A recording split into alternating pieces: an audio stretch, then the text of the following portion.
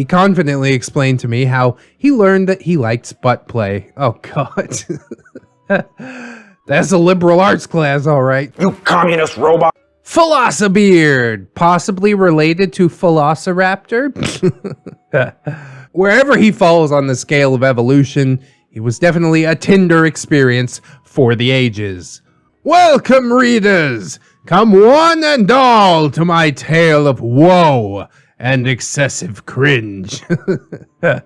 Also, sorry about formatting issues. I am but a humble fool. I definitely like the writing style already.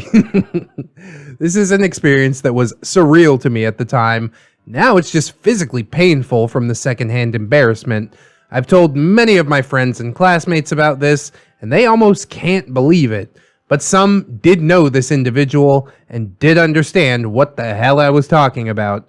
I guess that's enough for the introduction. I'm known to be a bit verbose. Ooh, $10 word, but I know what it means this time. Let's get into the cast of this adventure. OP-B. At the time, 18 years old, in my first year of college. I was a history major with a double minor in art and philosophy. Physically, I'm a pretty average liberal arts student. Brown hair with green sections, tall, average build, and I usually wear dark clothes. Inferno was a guy in a couple of my classes. He was a philosophy major. At the time, he was 19 years old, average college guy. We are drinking buddies, and we studied together. Indeed, great friends. Ginger and Smokey, two more classmates, both philosophy majors, both about 21 to 24 years old.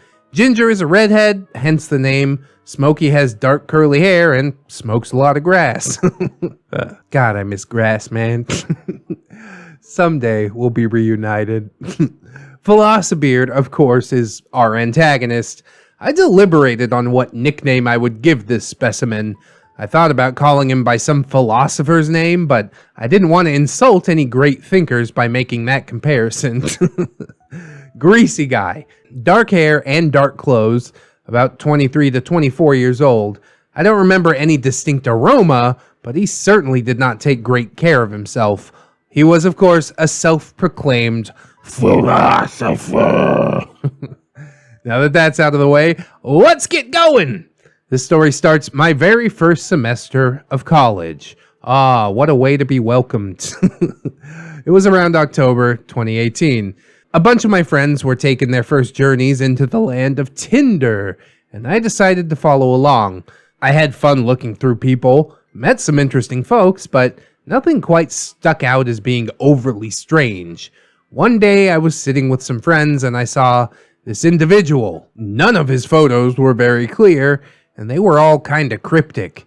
Images of an average height, dark-haired man just standing in dark rooms with dark filters over each picture. Insecurity. That's all that is. He's trying to be edgy, but he's just insecure. The bio had something equally strange, also giving details about his job. Philosophy student at my university. This was Philosopher. I thought the pictures and bio were funny. I mean, it's Tinder. I wasn't taking it seriously, and I swiped right. Oh no! Bro, this is your life! It's ending 1 minute at a time. Don't spend it with Philosopher. We matched. God knows he probably hasn't gotten any other matches. He messages me and we chat for a bit. I thought he was a little strange, and he definitely took himself way too seriously. And then he tries to guess my favorite color. He guessed wrong. My favorite color is gray. Technically a shade, whatever, I don't care. That wouldn't be too odd, but then he follows up with, My favorite color's purple. You know, purple and gray would go well together. What? First of all, no, they would not, in my opinion. Second of all, what the hell does that even mean? We stopped talking to each other shortly after that. Does that mean that you stopped replying? Also, I really don't know if purple and gray go well together. I'm fairly colorblind, so I generally try not to inject myself into conversations that revolve around color. There was one time that I called something that was red, brown, and my family still laughs at me about it to this day. So now I've become insulated on that. Don't ask me about colors, period.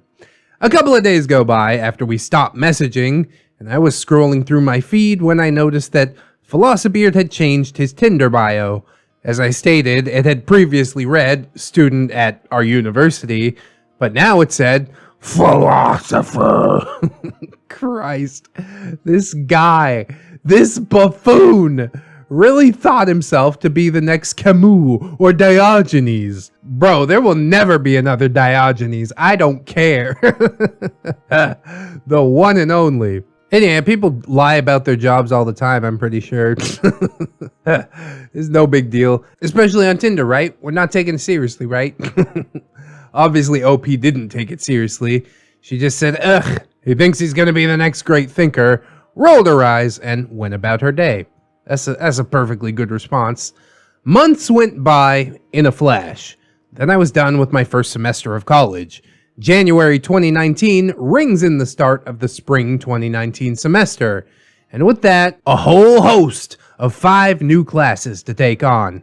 I'd spent my morning at my first lecture, communications, and then in the afternoon I had my first philosophy class, elementary logic. Elementary logic is basically the closest to a science or math class that I had to take.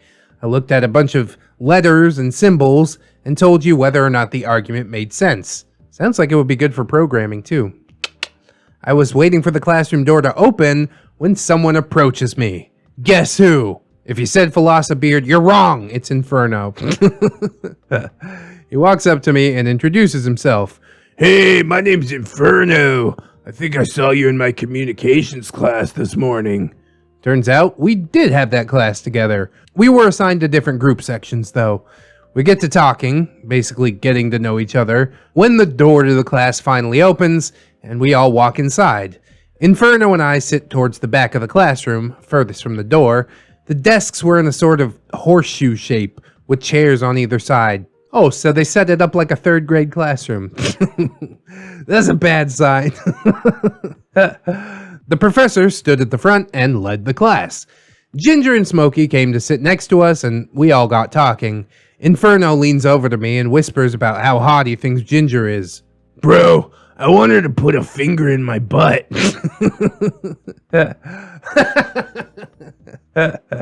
Yeah, don't knock it till you try it, I guess. I looked over at him wide-eyed and responded, Inferno, what? He confidently explained to me how he learned that he likes butt play. Oh, God. That's a liberal arts class, all right. I quickly learned that this semester was going to be interesting. At 3, the professor starts class. Out of the corner of my eye, I see someone walk in and sit at the last open chair next to the door. I look over, and to my absolute horror, it's philosopher. At least, I'm pretty sure it is. He looks mostly like the pictures. The professor performs roll call, and when she gets to my name, I raise my hand, and philosopher looks right at me. A spark of recognition flinting in his eyes. Fuck. He sees me. Don't move. The site is based on movement. The professor called his name, and at that moment I knew. Damn it. I leaned over to Inferno and told him, dude, I matched with that guy on Tinder. Oh, go get your mans. Inferno, no, that is not my mans. A little note, I'd actually started dating my boyfriend right around this time. Funnily enough, we met on Tinder. Probably why you should take it at least halfway seriously. But then again, I'm a stick in the mud, you know. The class goes by without a hitch. We just went over the syllabus and had our first lecture. But the whole time, I am acutely aware of philosopher looking at me. I would occasionally smile at him with that, I'm only smiling because otherwise I'm a rotten bitch who hates nice smart men kind of way. Has he proven himself to be nice or smart, or he just sees himself that way? Because honestly, you don't owe anybody anything. If he wants to think you're a rotten bitch, like, that's his problem, isn't it? No skin off my nose, bro. I will be just as evil as you need me to be. Anyways, class ends, finally, and Inferno and I walk out together. In front of us, I watched as PhilosopherBeard beelined out and then stood to the side of the door. He's waiting for me. Well, I braced myself. Fortunately, I did still have Inferno with me. We were walking out together. I'm aware that PhilosopherBeard is now right behind us. He's waiting for an in. Damn it! I really do not want to talk to him. Inferno looks over his shoulder and sees PhilosopherBeard. He then looks at me with an impish smile. I must have been beet red because I was so flustered. In a bad way, if you couldn't extrapolate that. Well, B, I'll see you later. He laughs.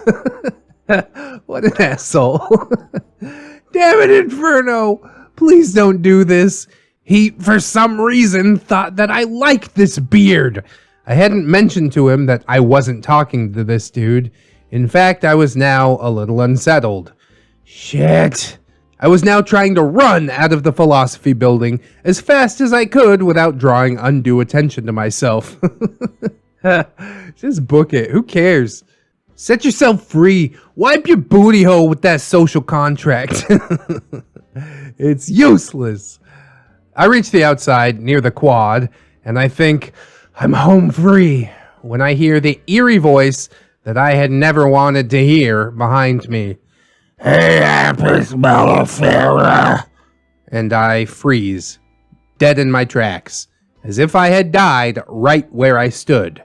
Apis mellifera is the full name of the species of western honeybees. PhilosopherBeard, in fact, used my full name. Now, my first name was on my Tinder, but most people just call me B, so hearing him say my legal name was a bit jarring. Bro, I told you, you're his one and only match. Of course he looked you up. This is what happens when you swipe freakos on Tinder. I steel myself, put on the nicest face I can. Oh, hey, PhilosopherBeard. I didn't realize we were going to have this class together. What a coincidence. I said coincidence. So he responds, I don't think it was a coincidence. Shit. Did this guy manage to log into my registration service, or maybe just otherwise find out my classes in order to sign up with me? Was he actually stalking me? Oh God, I am screwed. I better hope that my loved ones know that I do care for them. I need to pray to any higher being. Maybe Plato's form will take pity upon my poor soul and save me for eternity. I'm too in my own thoughts when I respond, what do you mean not a coincidence? I'm nervous. No, Apis mellifera. There he goes with my full name again. I think it's fate. God damn it. He cannot be serious. Oh, but he is. You could practically replace the species name with a Milady, and it would feel exactly the same. I look into his eyes, and there is not a hint of insincerity in them. In fact, they're quite dead. Kinda like those eyes. Fate, huh? My voice might have cracked at this point, as did my sanity. Yeah. He then begins to wax philosophically, wax, about how our souls were intertwined in the cosmos, and we are meant to be together. I thought I was mishearing him, or maybe he was joking. I know you want him to be joking so bad, OP, but he's not. Reader, maybe you think he was joking. I don't, but he fucking wasn't. I wanted to cry. He then asked me what I'm doing after class, and I told him it was my designated nap time, and that I had to go back to my dorm, alone. We parted ways, and I made sure that he wasn't following me. I texted Inferno, telling him off for leaving me alone with PhilosopherBeard, and I regaled him with what I just told all of you. He apparently thought that my smiles to PhilosopherBeard were flirty, and that I wanted to be left alone. He even called PhilosopherBeard my boyfriend. I told him that I very much did not want that, and I mentioned to him that I had a boyfriend that was not a neckbeard philosopher. The rest of the semester goes by. A couple of times, Philosopher tried to sit next to me and share my textbook with me. Textbooks were used in classwork for examples and exercises. Ginger and Smokey started sitting next to me to box out Philosopher. Ah, bless them. You do need like a few good friends, 2 or 3. Anything beyond that, it's just extravagance. I remember he had mentioned to me that everyone in the class was so young. To me, an 18-year-old, he was 23. Not really a big age difference, but with everything else added in, yeah, it made me uncomfortable. Also, if he bothered to listen to our classmates, he would know that the average age of the students was about 24 to 25. Older than him. Well, this makes me theorize that a beard's field of vision and hearing is about like 20 to 30 degrees. They have very, very narrow eyesight. We will study more on that, of course. Philosopher eventually stopped trying to talk to me, thank God, and he also stopped showing up to class. Awesome. I was fucking relieved. I ended up with an A in the class and made it to the dean's list. Philosopher, of course, failed the class because he's an idiot. I told a few of the other philosophy majors about him. Apparently several of them had stories with this guy where he would ramble about shit with the cosmos and eldritch monsters in the universe and souls. Now, seemingly weird beliefs are generally not uncommon among philosophers or students or philosophy students. But everyone thought that philosophers were truly bizarre and probably a drug-induced hallucination or a delusion. Also, I wasn't quite sure where to fit this little tidbit, but one time when I was at one of the food courts on campus, Philosopher walked in, saw me, and gave me that crazed smile that he had. I called a friend to try and look busy. Good play. One more thing, I also had this guy's phone number, so I could view his Venmo history in my feed. It was weird, but honestly not that interesting, but I thought that I should mention it. Is that a thing? Can you only see incoming or outgoing? Is it like all OnlyFans stuff? I don't know how Venmo works. I'm old school. I use PayPal. Now, that is the end of my tale. If you made it through my word salad, thank you, and I hope you enjoyed it. This story was a little bit painful for me to remember, but it's always a fun story to tell. I have some more stories about other beardos in my life that I can also share if anyone is interested. TLDR, met an intellectual beardo on Tinder. We ended up having a class together. By fate of the cosmos. So I'll start off by saying that I definitely enjoyed the story. Funny, well written, and then I'll follow that up by saying that I think OP was kind of a jerk. Just kind of stopped talking to him on Tinder, and then he tries to approach you after class because you guys matched on Tinder, right? And try and like make something out of it, and OP's just like, oh my god, no! I can't believe he thinks purple and gray would go well together. Like, is that really the reason? I just like air drumming.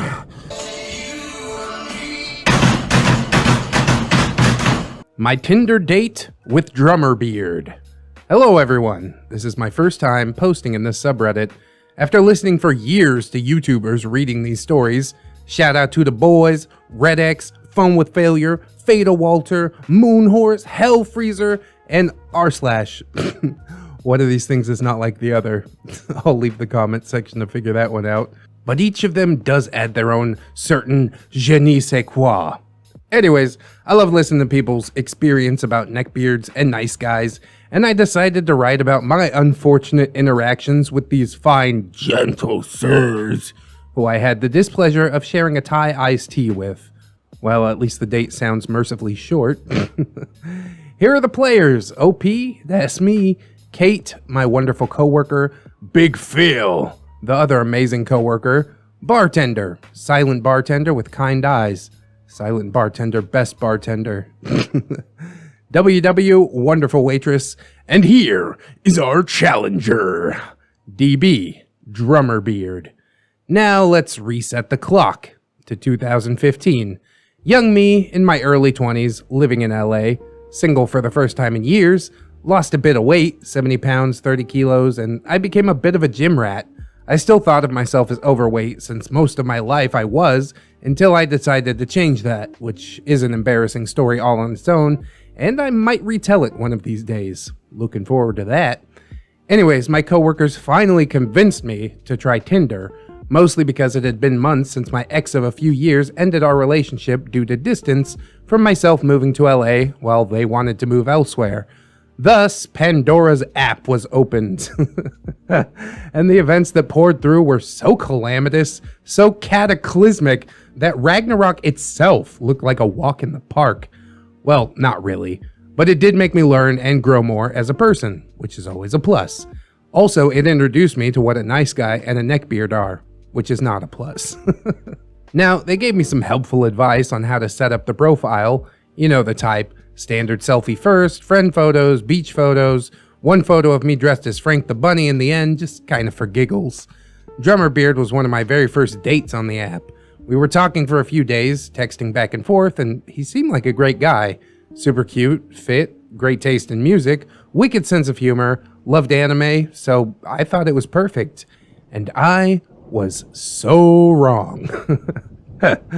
After talking through texting and a phone call, we decided to meet up at Union Station to go to tiny Tokyo. I'd never been there since I lived in Koreatown at the time, plus all my friends and work was on this side of the city, so I never really ventured out there. It never hurts to try out new things, so I was pretty pumped. I set aside some money for food and drinks, did a killer workout at the gym, had a bowl of greens, and got ready for my date. I wanted to keep it like casual but cute, you know? This was one of my first big dates, so I got dressed up with a nice crop top blouse, high-waisted jeans, and ankle boots. I got there a bit early since I've never been to Union Station, and I didn't want to run late. I waited by the Starbucks for a bit, looking down at my phone. You're never alone with a phone. It was 10 minutes late, but it's alright, I guess. The trains aren't always on time, and I don't work weekends, so I don't mind waiting a bit more. If he didn't show up, I probably would have just gone to get myself a cup of coffee and pick up some boa buns. Oh, how I wish that had been the case. I felt something large and soft hit the back of my body, like a large pillow with the force of a goat ramming a wall. I jumped forward, only to turn around and see him. He looked, well, not like his photos. Catfished. Granted, he was very, very tall, which is what we joked about over the phone. I'm average height and don't care about how tall people can be, since I've met many really attractive men and women shorter than me who were absolute sweethearts. However, he essentially dwarfed me. He was also more than several pounds overweight. I wanted to say about 30 pounds minimum, riddled with acne. His hair was grown out past his shoulders, which would have looked great, I guess, except that it stuck to his face and shoulders like sap. Lastly, his face was peppered with patches and hair like he was trying to grow it out, but just physically couldn't. The patches that were barren of hair had some very large acne pimples. He greeted me, a golden-tinted smile, but his eyes were lit up with joy, like huge and excited. I just smiled politely back, greeting him, but also thinking to myself, he looks different, but he's probably going through something, so let's try and reserve judgment. OP? Hey there, Drummer Beard. It's finally good to see your face. Drummer Beard. Yeah, you too. You look amazing. He scanned me up and down for a moment as if I was a tasty bag of chips about to be ripped open by a raccoon. It doesn't help that his eyes were permanently stationed at my chest. Quickly, I chimed in, OP, so how was your day? Drummer Beard. It was alright. Work sucked, but now it's much better. And without any hesitation, his long squishy arms pulled me into a big hug. Now, I'm not gonna fat shame him. I love dad bods, but he was different. He was very, very fuzzy. I could feel the chest hairs pressing up against my clothes. They were sharp, and there were a lot of them, and I felt it cut through the fabric. This is how hard he hugged me. He probably shaved his chest for you, OP. That's why he's got some stubble. I let out a yelp because I was taken aback by this, and Friday is my back day, so that was a little painful. He just laughs, possibly thinking that I was being funny or joking, but I was not kidding. OP, okay, we should get going. Drummer Beard. Right, let's go! He lets go of me, only to hold my hand tightly while he walks me to the platform. I pull my hand away, still walking with him, only for him to look at me and try to grab it again, which I quickly pulled away. Drummer Beard. What's wrong? We're on a date. OP. Yeah, I know. I just, don't want my watch to get squished is all. I shouldn't have said that at all, because in an instant, he grabs the other hand and starts walking again. I yank it away and run ahead of him, going up the stairs, yelling, OP, come on, I think the train is coming.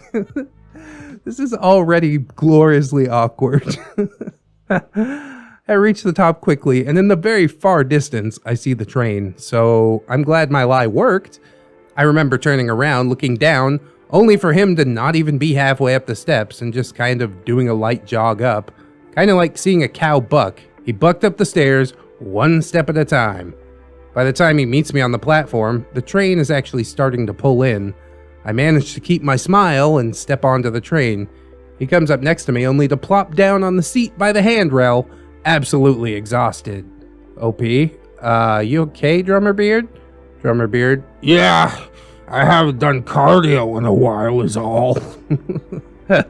OP, don't worry, you won't be running to catch the train next time. Drummer Beard. Yeah. I look away, keeping a polite smile. The awkward cringe is just palpable. Oh, I look down at my phone, seeing Kate texting me to see how my date is going. I glance up for a second to my reflection in the door, and I can see him staring directly at my ass, and his hand is getting dangerously close to touching the back of my leg. His head and hand look like an asteroid gravitating towards a planet. Before the planetary crash, I stepped forward and sat right across from him. Drummer Beard. Why don't you sit next to me? There's a seat available. OP. It's alright, I don't mind sitting across from you. Drummer Beard. Well, I mind. Before I could even text Kate back, he gets up and plops down right next to me, only to put his hand on my leg, again with no hesitation. I just brushed his hand off and stood up abruptly again. OP. How many more stops? Drummer Beard. Not much left. Just have a seat. Relax. This guy's like so horrible at reading social cues. Absolute neckbeard. I look up at the map to check to see how many stops. Great. 5 more to go. My patience with him was already getting a little thin. With his lack of restraint, he stares with such consistency that I would think lasers could shoot out of his eyes. I was tempted to just open up a window and jump off. That would be hilarious. But I didn't. I stayed standing there, enough of a distance that he couldn't touch me, pretending to look at my phone, but actually looking at my reflection the whole time. And his eyes never wandered, staring squarely at my body. It made me feel even more self-conscious. It's fine to stare for a bit, but the fact that he would not stop made me think that I sat on something, or maybe my outfit wasn't appropriate. I mean, I dressed casually, just the way he was looking at me made me feel like I was completely nude. Or maybe he was picturing me nude. That seems pretty likely. Finally, the train arrives. We walk off, and he happily shows me to his favorite bar, ranting and raving on how great the beer selection is. When we arrived, I will say, it was kinda cool, just because of how tucked away it was. We had to walk down an alley behind a restaurant, and it was by a hidden courtyard area. It was awesome. I tried to sit in front, but he kept walking. Awkwardly, I got up and walked to him, sitting all the way in the back. He ordered a beer and tried to order a stout for me. Drummer Beard. I get this microbrew. She'll have a stout. OP. Wait, I don't want a stout. Drummer Beard. But you said you drank dark beer, right? So, a stout. OP. Yeah, but I like other drinks too. I'd rather have a Moscow Mule right now. I could use some ginger beer. The bartender nods, takes my drink order, and walks off. Drummer Beard looks at me, displeased. Drummer Beard. Did you lie about liking stouts? OP. No, I just want a Moscow Mule. Besides, there's a large stout list, and I would have liked a Rasputin over Guinness. He grumbles next to me loudly, mumbling some words, and all I could pinpoint was poser and wonderful. I just stare at him, rethinking every choice I'd ever made to have myself wind up in this seat. I was trying so very hard not to get aggravated, But those comments were starting to get under my skin. The bartender, thank Odin, brought our drinks quickly and hovered by. Drummer Beard, Dude, you can leave. We'll get you when we want drinks. The bartender looks at him and then walks off to the other side of the bar, still keeping us within view but well out of earshot. I had a few sips of my drink while Drummer Beard just slurped, yes, slurped, his yellow microbrew. A song comes on and then he just breaks out in air drumming. Not air guitar, just air drumming. Hence the name, I suppose. Drummer Beard, This is my song. he goes on for a bit, his arms frantically hitting the air like he's trying to punch a cloud of angry wasps. I could just feel myself sinking into my seat while I just stared. OP, I didn't know you play drums? Drummer Beard continues flailing his arms, speaking to me completely out of breath. Drummer Beard, No, I don't drum. I can see why you would think that, but I just like air drumming. It's good for the soul. I just cringe. Even more. Even now. I am still perpetually cringing. I look over at the bar only to see the bartender and another patron just looking at the spectacle that is my date. I took a moment and just kept telling myself, he's just eccentric. It's not a big deal, he's being himself. But the view of this extremely large gelatinous man maniacally hitting the air was truly a sight to see. A sight that even still to this day, I have not managed to forget. The song finally ends and he grabs his cup and practically chugs well more than half of it. I take my little copper cup and just sip it. The regret is really starting to settle in. He then turned to me only to spew about how great beers are, and that spirits are terrible for your health, that it's healthier to drink a pint than a shot. I just silently sat listening to his rantings, which caused me to feel more anxious and stress drink. Then the loud sound of my empty cup echoes out of its copper chamber like a trumpet of war, and Drummer Beard listens. He then shouts across the small bar. Drummer Beard, Hey, can she get another one? Make it a double. Oh, and give me another one too. I just locked my eyes with him and shook my head. He sees this and turns around and says, Actually, just make it a regular one. The bartender places the drink to one side for Drummer Beard and then places mine directly in front of me while giving me a sympathetic smile. Drummer Beard, Oh, thanks. Here, take this. He then proceeds to give the bartender a $50 bill while also flashing his wallet that had many more large bills. I was dumbstruck as to why and how he has that money because his attire did not represent that sort of money.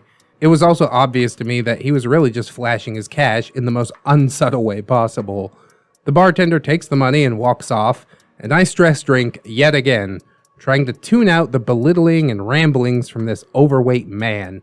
He finishes his drink, and we get up to leave. I was about to go home until he yet again grabs my hand. Drummer Beard, Come on, we're gonna be late for our reservation. I was confused. He made a reservation to a restaurant without telling me? A restaurant that was literally on the other side of where the bar was. I didn't know what to think at the time, but now I just see it as either great scheduling or lazy planning. We walked in, and immediately I was in awe. This place looked so great.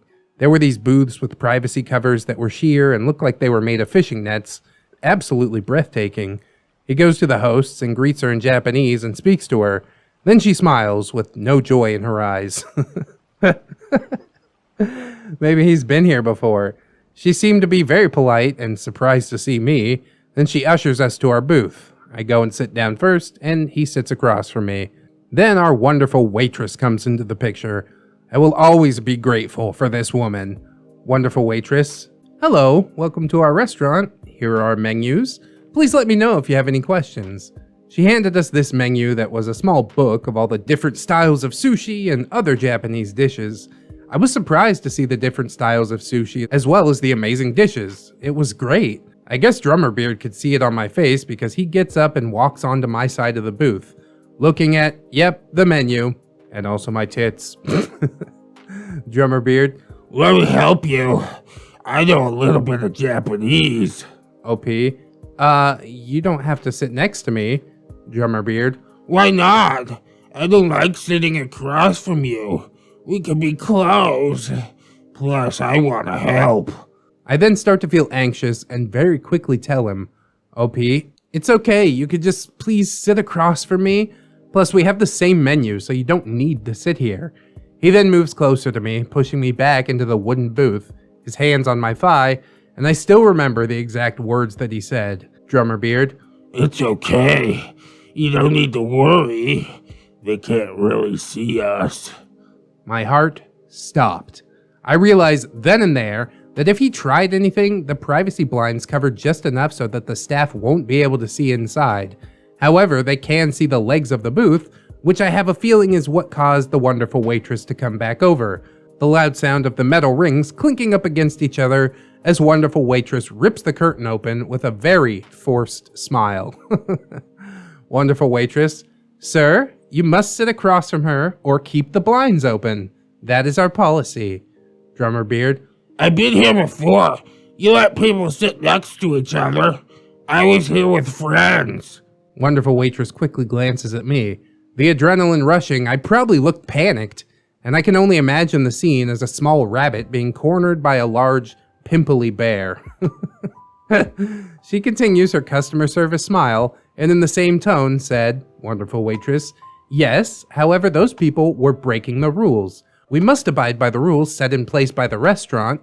Drummer Beard, that's not fair. Wonderful waitress, I agree. But in order to abide by the rules, I will keep this open. Would you please move to the other side? Also, have you already decided on drinks? Someone get this woman a raise. If looks could kill. Drummer Beard got more than annoyed and got up, glaring down at the woman. He sat down in the booth with a large thump and mumbled, Drummer Beard, just give me a beer. OP, water, please. Wonderful waitress smiles at Drummer Beard and then looks over at me, flashing a small look of concern, and walks away. The rest of the dinner was thankfully uneventful. He just complained loudly, and I mean loudly, about the place. How the staff sucks and the food sucks and it was better before. I just silently ate my sushi, which was banging, by the way, and my tempura. I got up to go to the ladies' room and I walked past the wonderful waitress. I asked them if I could just pay for the bill there, and they said yes. I paid for our food with my own money because I didn't want to stay for dessert or tea. While I got my receipt, I felt the familiar bump hit my back again. Drummer Beard, you paid? OP, yeah, you bought the drinks. It's the least I could do. Drummer Beard, but women should never pay. Just by being in his presence, I'm sure she's paying some sort of penance. I turned around to look at him. I wish I had lightning coming out of my eyes for the amount of annoyance that I was feeling. This man, who overpaid for our drinks that racked up to about $30, complains to me because I paid for our meal, which is more than the drinks were at the bar. Wonderful waitress chimes in her customer service voice. Wonderful waitress, sir, she's already paid the bill. If you'd like to order more, you can start a new tab. Drummer Beard, forget it. Let's go. He waddles off in front of me, infuriated by the sheer gall of me paying for dinner. I made eye contact with the other staff members leaving, who looked amused and disgusted by Drummer Beard. They looked at me as if I was Greg Sestero being dragged around by Tommy Wiseau. I do have a story about that if anyone wants to hear it later. Haha, what a story, OP. The air outside was relaxing. A cool summer night in LA is absolutely lovely. Got that right. With the right people, that is. That part too. And like the moon, he eclipsed my view, casting nothing but darkness around me. Drummer Beard, let's go for a walk. I can show you around. OP, how about we walk towards the train? Drummer Beard, it's okay. You don't need to work tomorrow, right? Fuck me. Shoot me in the heel and call me Achilles. After this moment, I have never told a date if I had work the next day or not, just in case it goes tits up and I can't make up an excuse to leave. OP, right. Okay, let's go for a walk. Oh, God. You just gotta tell them straight, OP. Like, I hate this. I gotta go home because I'm not having fun. Goodbye. But they did walk around Little Tokyo, and apparently it was nice. When they weren't talking, that is. OP walked into a shop to buy some mochi, only for him to berate the young teenager that was working behind the counter and bullied him into getting extra mochi. Luckily for me, he had all the green tea ones, and I kept my 3 mango-flavored ones. Another moment during this grueling walk that I remember that is still burned into my mind to this day. We walked and saw a couple holding hands, the girl leaning into the guy. They were obviously in love. Then I felt his fingers try to touch my hands. An idea sparked into my mind. If I can't politely turn him down, then I'll be upfront and mean, which is the only time to this day that I've ever done something like this on a date. OP, gross. Way to be too affectionate. Drummer Beard. But I want what they have. OP, why? It's gross. I pretended to gag, and I can see the wheels turning in his head. My idea is working. Oh yes, it is working. He moves his large hands away from mine in a form of defiance, looking down at me with indignation, and weirdly enough, also at my chest. Drummer Beard. Who wouldn't want that? That's love. OP, it's just not for me. Sorry. I walk in front of him for a bit, and then I felt a hand on my forearm, tighter than before. Drummer Beard. Come on, I want to show you something. OP, what? Drummer Beard.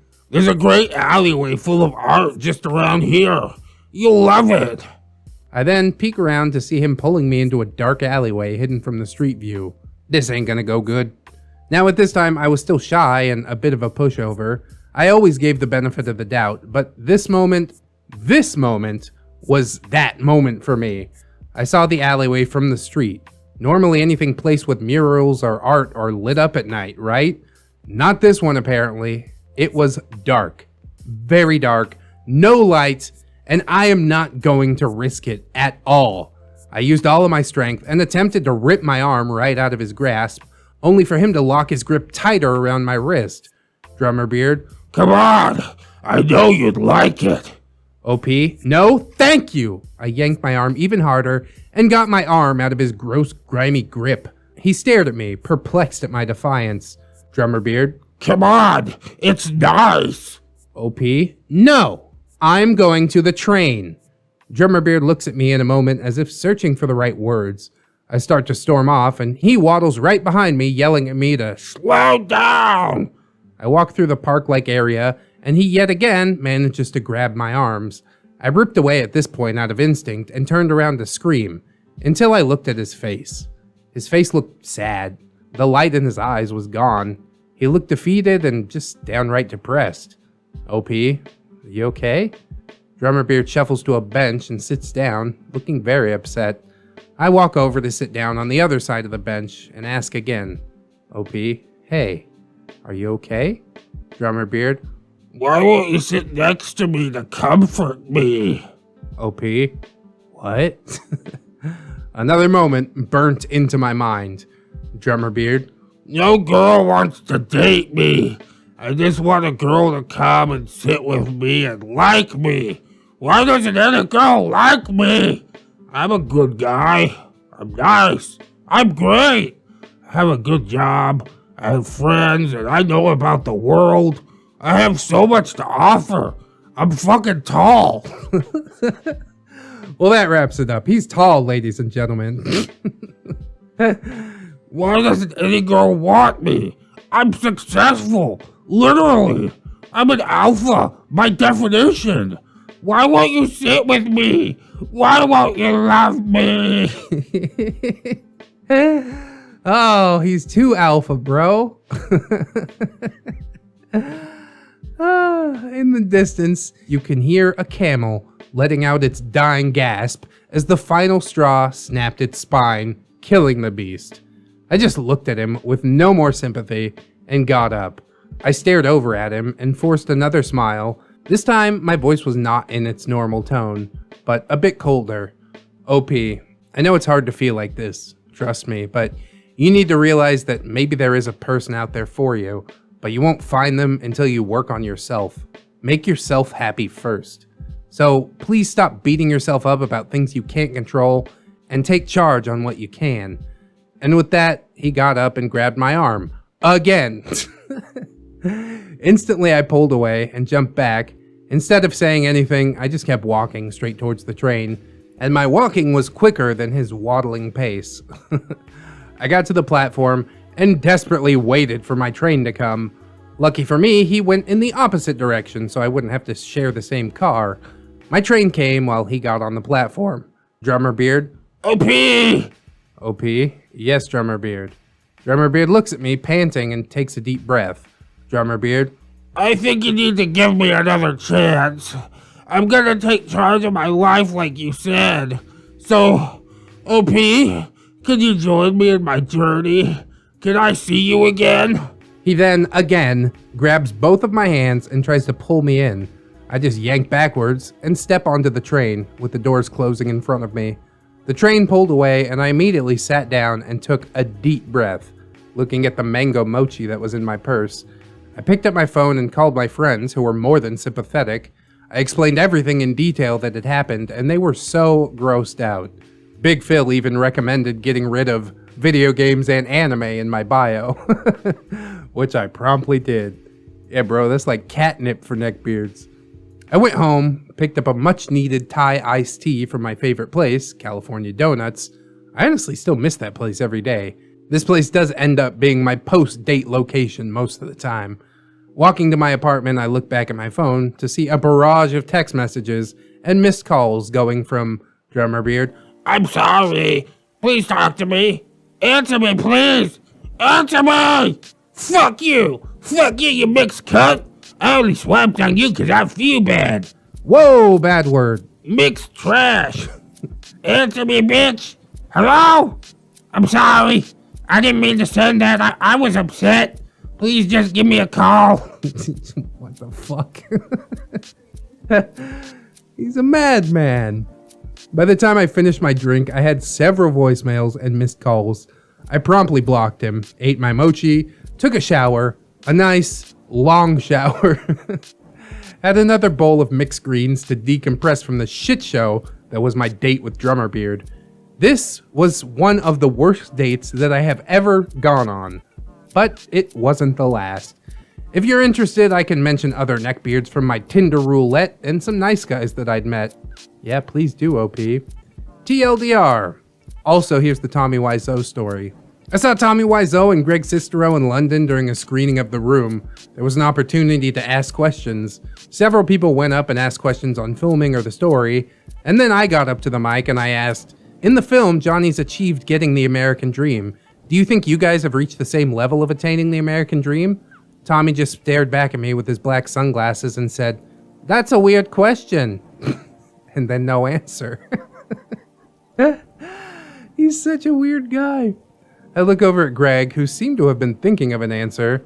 Slowly, he put the microphone up to his face and said, "In an upside down way." I remember seeing some of the audience members' faces, and I swear, if he had said he sold his soul for fame or got a wish from a genie, I'd believe it. After they answered the questions, Tommy said his goodbyes and walked ahead of Greg, who was shortly behind him, giving a half-hearted wave, looking like he was just waiting for the day to end. What a story, OP! They lied to me, they didn't keep their promise, and I don't care anymore. I'm sick of this world!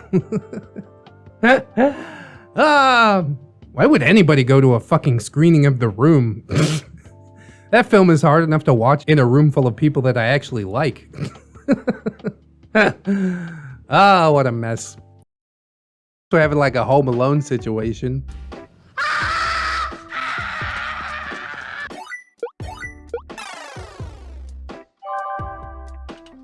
I dated a legbeard out of pity for 3 years.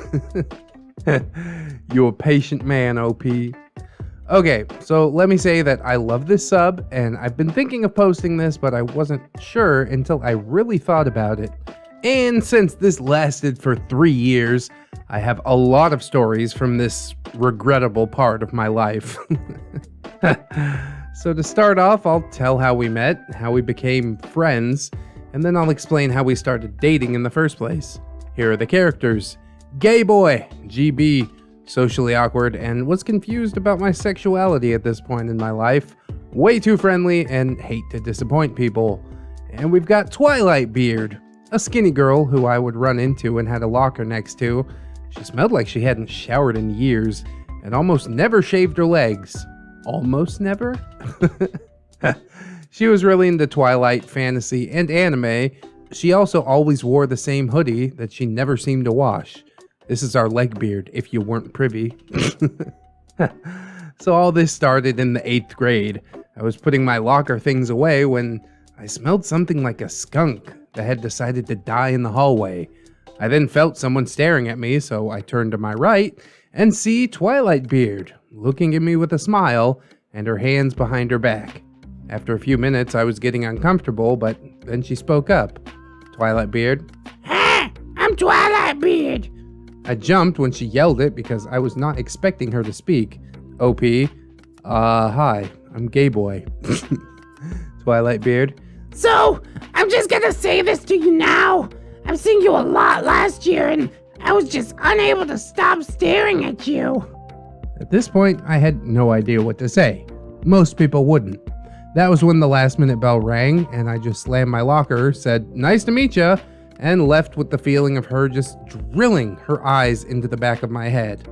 This continued on for a few weeks until we'd started to talk about some things we had in common, like video games, books, and other nerdy things. At times, though, she would just randomly start talking about sex with a gym teacher we had. Or a bunch of other weird, cringy shit. I think that's like above and beyond cringy, dude. That's like highly illegal. I just brushed it off, and I also learned how to breathe through my mouth without making it noticeable while I was around her. Around halfway through the year, she was clinging to me after school while waiting for our rides, like usual, and then she looked over at me. OP, something wrong, Twilight Beard? You look like something's on your mind. Twilight Beard. Hey, can I tell you something? She then leaned in and whispered in my ear, I love you. I was kind of shocked, and I didn't know how to react or what to say, quickly becoming a theme. After literally 2 seconds of her telling me that she loved me, she looked upset, got up, and just ran off, with me left sitting there confused. I then looked around to see people looking at me like I was an asshole, so I sighed and ran after her. I found her in a corner crying, and I asked what was wrong. Twilight Beard. That was such a huge mistake. I hate myself so much right now. No one loves me, and it's just so stupid to think that someone like you would actually love me back. I was just getting more confused, and I began to panic in my head. I needed to do something, because this looked like a scene in a movie, because a few girls that we were near were now glaring at me. So I took a deep breath. OP. Twilight Beard, don't say that. I just needed a second to process what you said. You know, I can't hear that well. I love you too, okay? So please stop crying. You know I hate seeing that.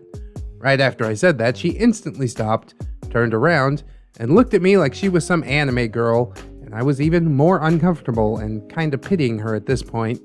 She really didn't have that many people that loved her because her dad used to abuse her. So out of pity, I decided to just play along and make her happy, even though I really only actually saw her as a friend. For 3 years, bruh? Alright. Then that Saturday we were at the movies, watching the Twilight movie that had come out, because that was literally the only thing that she wanted to see, of course. So that's all I'm gonna say for now. There's a lot to remember, but let me say that there will be a reason why her name is Twilight Beard. What? I thought the movie was it. You don't really need anything more than that, OP. What's in a name? I'll just say that she thought I was a werewolf and that she was a vampire. Good. I'll give you more info about that next time, so I'll post more soon. See you guys next time. I guess I do kind of get why OP just kind of went along with her. If he is confused about his sexuality, he's like, well, I don't seem to like any other girls, so this one will fill the hole in my heart or something like that. But for it to carry on for 3 years, dude, I don't know how to completely process that. Like, it's kind of ridiculous, isn't it? And the fact that it all started through like blatant, obvious emotional manipulation. He's like, okay, yeah, totally, I love you too. And she just stops crying immediately. That's something my 2-year-old does. He's like, I'm so sad, please give me chocolate milk, I'm crying. And then you give him the chocolate milk and immediately he's just like, ha ha ha, I got you. What an asshole. And I can only think that Twilight Beard is even more of an asshole because this is not chocolate milk, okay? This is a human being. So I guess this is just like, you know, the intro. We're just getting into the cringe, boys. So let's hoist up our belts or whatever we do and get into story number 2. Hey, that rhymes. I dated a legbeard for 3 years out of pity, part 2. Hey everyone, kind of surprised that people liked the first part of this, so I might as well continue it, right? Alright, so here's a little warning. This is where it starts to get really bad, because she showed her true colors once I had agreed, reluctantly, to date her, and I became more involved in her life. There will be a few new characters, so here's the cast. OP, hey, welcome back. Twilight Beard, oh goodness. Older bro, OB, Twilight Beard's older brother, who basically defends Twilight Beard against their father until I got involved, and then we both had to. He was pretty cool, was a football player at the local high school, and was pretty cute. Him and I actually became really close, and he thanked me in secret for pretending to date her. Satan's asshole. Twilight Beard and older brother's father, who used to be in the military but was discharged, apparently, for assault against a commanding officer. He's just like the worst type of person you could ever meet. And last but not least, Luna, L, Twilight Beard's other half. Uh-oh. This takes place after the date that we had that Saturday. Older brother had called Twilight Beard and said that he'd be picking us up since we were heading over to her house after the movie. She was holding my hand as we left, completely nerding out over the movie, mainly about how hot Jacob was. Which, to be honest, he was. After a couple of minutes, older brother pulls up and we head over to his car. Now, older brother was always the one to pick her up from school, and she always looked happy when she saw him, which I thought was good until we stepped into the car and I could tell that something was wrong. Older brother, hey Twilight Beard, once we get home, I'm gonna need you and your friend to quickly and quietly go into your room until I say it's safe, alright? Twilight Beard had frozen in her seat while I sat there confused. OP, what's wrong?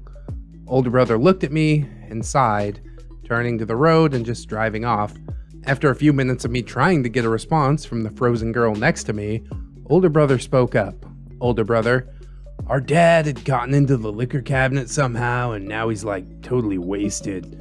Let's just say he starts being more abusive than usual. You've seen our bruises, right? He says as Twilight Beard pulls down on the hoodie trying to hide something. I didn't want to press the issue further since it seemed like at that moment she wasn't going to be able to talk about it. After a bit, we got to an apartment complex and parked at one of the first buildings. I'd gotten out, and when I let Twilight Beard out of the car, she grabbed my hand and squeezed it. I looked at her, and she looked like she had ice in her veins. It didn't help that her hands were so cold. Twilight Beard, Could you please stay close to me while we're in there? She sounded terrified. Oh, this is so sad. I feel bad for the legbeard now. I nodded after a minute, and we followed older brother, who had gotten a pretty good lead on us. He probably wanted to gauge the situation first before we got to the door. After a few minutes of him opening the door slowly and looking inside, he had us slip in before him. As soon as I walked in, I saw this large mountain of a man laying on, or crushing, the couch, with quite a few bottles scattered all around him. I also noticed the distinct smell of liquor in the apartment. My mother was a chef, and she kind of taught me how to notice certain smells and how to improve your sense of smell to use as a tool in cooking, since smell, along with other details involving the ingredient, are important for being a good chef. We crept along the wall with Twilight Beard leading me towards a hallway. When we were close to it, we heard a thud. Looking over to see the large flesh pile groaning on the floor. Older brother mouthed at us to run as the creature stood up and looked over at us. He had grabbed a bottle on his way up. I tried moving Twilight Beard, but she had frozen and just wouldn't move. Satan's asshole. Who the fuck is this? Yeah, where's my waste of flesh brought in here? He slurred as he gestured towards me. Satan's asshole. Looks like a fucking to me. Now how about you get away from that bitch and get the fuck out of my house before I break you? He yelled and tried throwing the bottle at us, but missed, only because older brother had tackled and rushed us to a bedroom before either running into his room or trying to distract the guy from the fact that we had ran. We got into her room, and I shut the door and locked it, turning around and breathing heavily. I had no idea what the fuck had just happened. I noticed that Twilight Beard was slouched over on her bed, her hair covering her face. OP, Twilight Beard, sweetie, is everything alright? She stood up, looked at me with dead eyes, and spoke in a kind of terrifying tone. Be quiet before I tear your throat out. I had no idea what the fuck was going on. Twilight Beard, or whoever the hell, went over to the dresser and pulled out a knife. I was freaking out even more than usual as she took her hoodie off. She had dozens of bruises and cuts all over her upper body, it seemed. She then walked over to me and stared me in the eyes. Listen here. My name's Luna. I'm the part of Twilight Beard that comes out when she gets more scared than usual. She describes me as a vampire, but I hate that. I'm more of a coping strategy. A way of her trying to deal with her anger. Shoving you in here with me instead of Twilight Beard's brother putting you in his room was a mistake. Now prove to me that you won't hurt her before I make you. I was kind of freaking out inside of my head as this was happening. I was extremely confused, scared, and wanting nothing more than to just go home at that moment. OP, okay, just please don't hurt me. Put down the knife and let's have a discussion about how I want to help Twilight Beard through this, alright? I was just shaking while saying this. Luna glared at me, grabbed my arm, and put the knife to my wrist. Luna, how about you answer my question and stop shaking like a frightened dog? She said coldly. As she was about to move the knife, there was a knock at the door. Older brother, hey OP, I'm sorry, but you'll have to head out while you can. My dad left, so we have a bit before he comes back. Twilight Beard then snapped out of it and dropped the knife, looking at it while shaking. OP, alright, just give us a sec. I heard him walk down the hall while Twilight Beard looked at me. Twilight Beard, did she hurt you? My vampire half? Oh god damn it. The crazy just keeps piling on. OP, no, but she did call me a dog while putting a knife to my wrist. Her eyes widened. Twilight Beard, so, I was right about you? You're a werewolf just like I thought? She asked hopefully. I was so terrified of this girl and full of pity at the same time that I couldn't think straight. OP? Sure. She then smiled, hugged me, and that was when I heard older brother knock at the door again. She let go of me and smiled. Twilight Beard, well, it seems like you need to go. Please text me later, my little werewolf. What a switch. I was in no way little. I was sorta in shape due to the fact that I love playing baseball and running, plus I was taller than her. But still, OP said, alright, I will. She then kissed my cheek and I walked out of the apartment with older brother. On the way to my place, he apologized for what his dad had done and said that he was glad to at least meet the guy that Twilight Beard had been telling him about. Older brother and I talked about what we each liked, joked around, and mainly him trying to calm me down. I could tell that he was the most normal from the entire family. After the 20-minute drive was over and I was dropped off at my house, I immediately walked up to my room, and collapsed onto my bed, with my dog curling up next to me. I fell asleep just a few seconds later. When I woke up, I got out a notebook and wrote down everything that had happened, and swore to write everything that happens with that family down. So there you have it, part 2 of the Pity Saga, and let me just say there is still a lot more, so bear with me as I dig through my old notebooks. Hope you enjoyed, and I'll see you guys next time. So you mean to tell me that OP just was strung along by this fucking maniac for 3 years out of pity? Yeah, I pity her, so I'm gonna put my life in danger. I'm getting like major Nope vibes from this, you know? And then also the part about the notebook smells pretty fake to me. He's like, yeah, dudes, I wrote all these stories down in a notebook that's totally real. And I'll tell you some more of these wild and crazy stories that I wrote down in a notebook that is totally real. I don't know, bro. I ain't buying it. Like, this is the sort of situation that scars a person for life, you know? You probably wouldn't need a fucking notebook to remind yourself of the madness that you just experienced. This is the kind of experience that you lay awake at night a decade later and think of before you fall asleep, and you're like, wow, that bitch was super crazy. If the experience was real at all, but I'm getting some sprinklings of misgivings, you know. But I suppose all shall be revealed in part 3, and perhaps we can be thankful that a part 4 never came along, or maybe it'll all turn around and I'll be super hungry for a part 4. I don't know. I can't really judge it quite yet. The first story was okay. The second story, I'm like, majorly fake shit. Third story, I guess we'll see how far it can devolve. So let's not hesitate any longer, and we shall jump right into this thing. 3 long years of pity dating. 3 long posts. Okay, never mind. So, here we are again.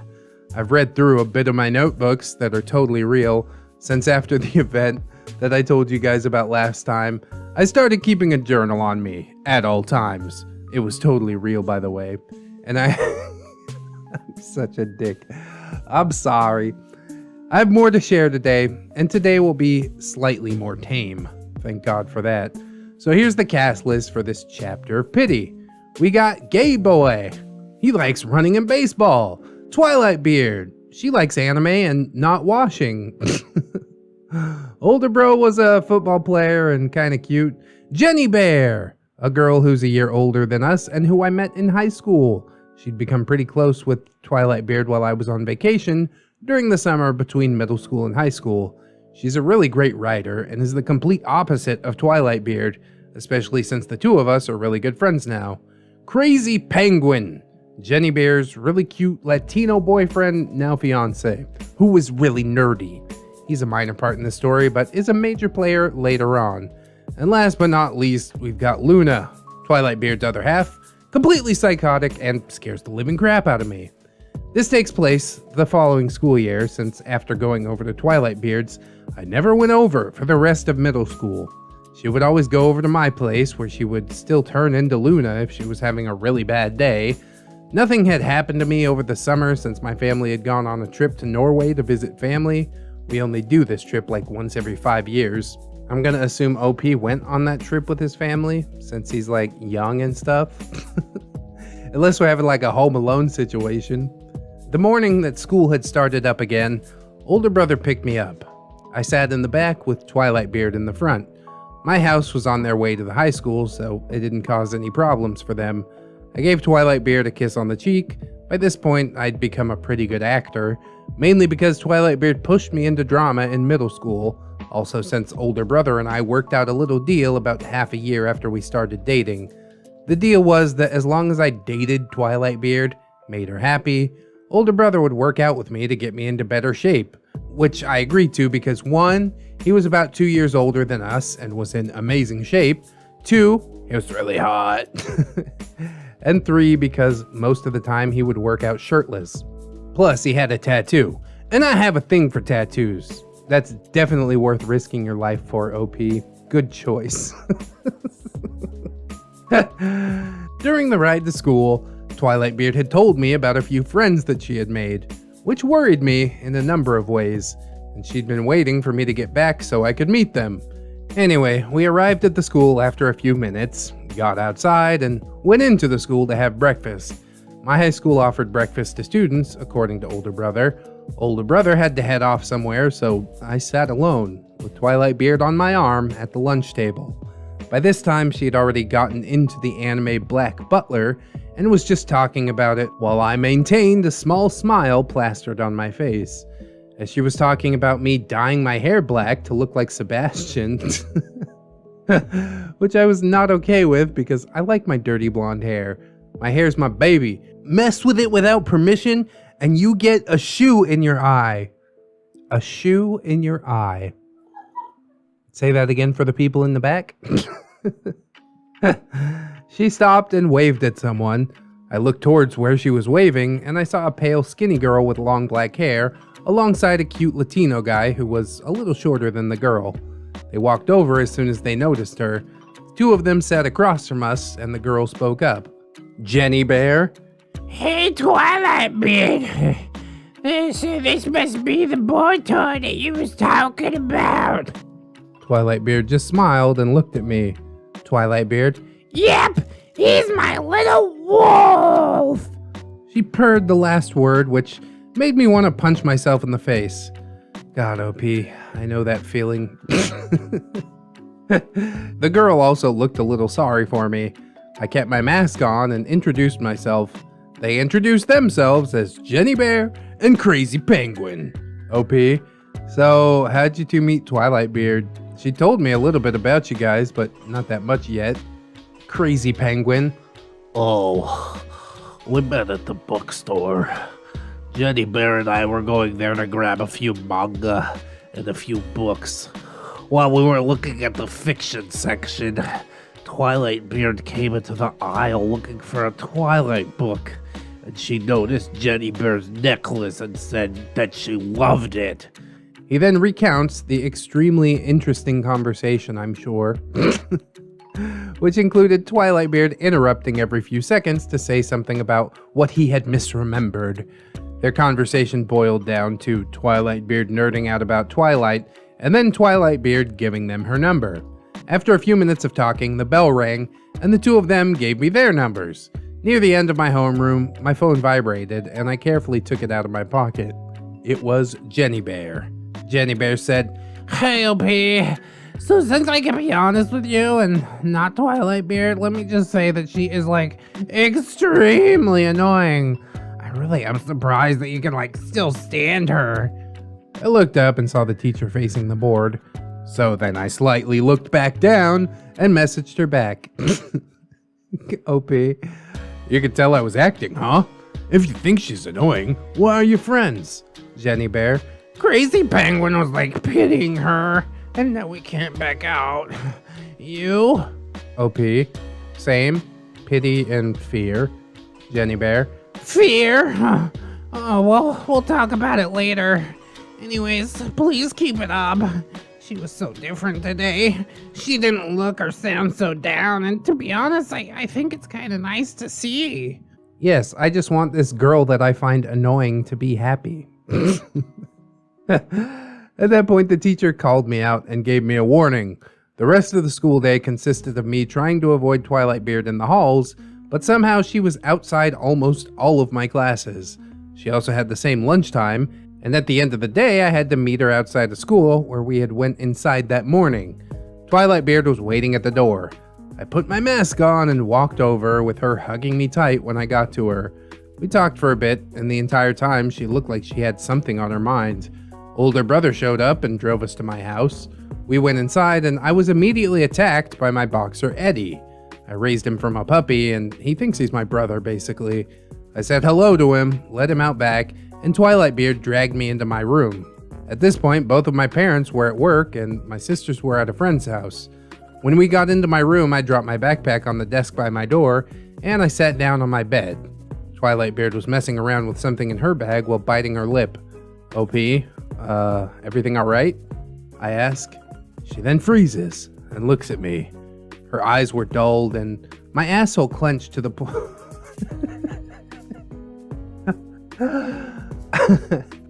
Clenched to the point where it could turn coal into diamonds.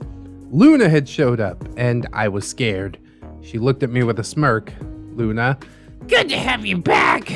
I missed my little plaything, she said as she pulled a small square out of the bag. Luna. Took this from her, bro. thought that we could use it since I want to do something. Permission is not required. She smiled widely at the last part. My eyes widened as she began to crawl onto the bed to the point where she was straddling me. She then sat back and reached for my belt. OP, whoa there. Thought you wanted to save yourself like I was. I frantically yelled as I grabbed her hand.